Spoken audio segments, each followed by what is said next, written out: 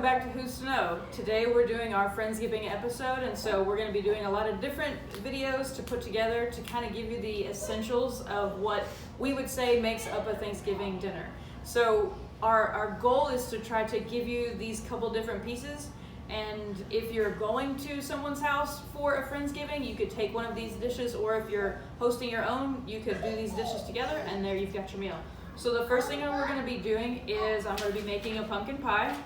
This recipe actually calls to make the dough yourself, but one of the things we're going to try to do is show you how you can have minimal steps involved. So we have gotten just one of the doughs from the store, and the key to this I have found with getting these to roll out well is to let it sit at room temperature for a little bit. So it's been sitting out for about 10 minutes, and we're going to let it sit out a little bit more while we get the pie filling ready. All right, so now what we're going to do is make the filling, and the first thing it says to is we're going to use this is a 15-ounce can of 100% pure pumpkin. Okay, so we've got our pumpkin, and the next thing we're going to get is 1 1/4 cups of heavy cream. So that's 1 cup heavy cream and 1/4. The next thing is the granulated sugar, so 2/3 cup of that. So that's 1/3,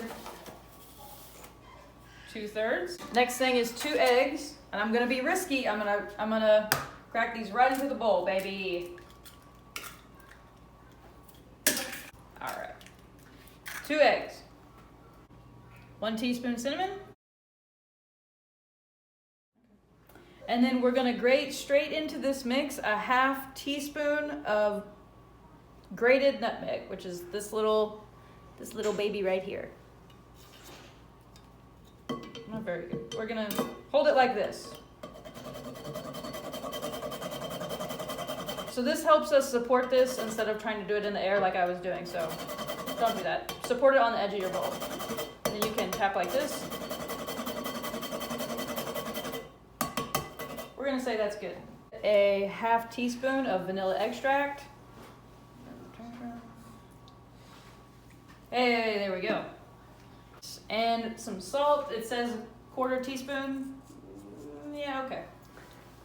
Gently whisk the pumpkin, the cream, the sugar, the 2 eggs, the cinnamon, nutmeg, vanilla extract, and salt. Do not overmix. Gently whisk, it says. So I'm gonna try to do that.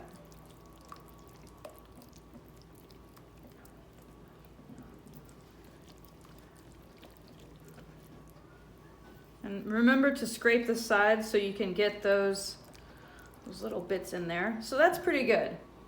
That seems to me whisked together. The crust. Okay. So now that we've got this whisked, what we're gonna do is get the crust ready into our pie dish.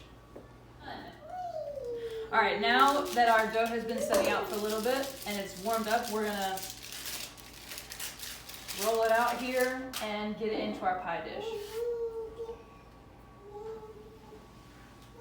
I find that, yeah, it just takes a little, just give it 10 or 15 minutes, and warming it up will really help it when you go to unroll it so that it doesn't break apart. And if it does, you can always smash it back together. It is dough, so, all right. So that went pretty good, so I'm happy.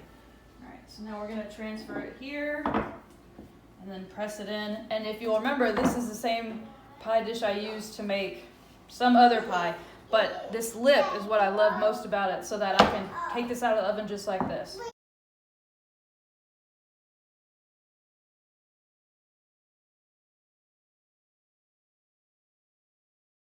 So it's all ready. Now the recipe just simply says we're gonna pour the filling into the crust and bake until the edges of here are set. So that's gonna be about 50 minutes to an hour. And it says the middle is still gonna be slightly jiggly. So we're just gonna pour that straight in here and put it in the oven at 350.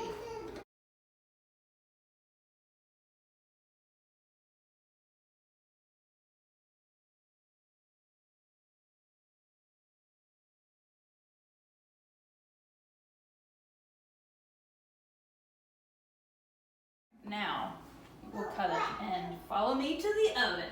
This is gonna be so exciting. We've never done these oven shots before. No. All right, now we're ready to put our pie into the, oh, don't tip it. Now we're ready to put our pie into the oven for, at 350 for about 50 minutes. We're gonna be checking on it to make sure that the edges get set, even though the center might be a little jiggly. So we're gonna set our timer for 50 minutes and then see if it needs more time.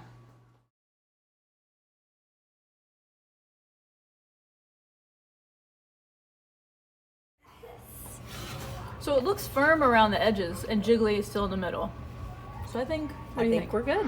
So we ended up doing it for 50 minutes and then we put it in. We left it in for 7 more minutes and now we're just gonna take it out and let it cool completely on a makeshift wire rack.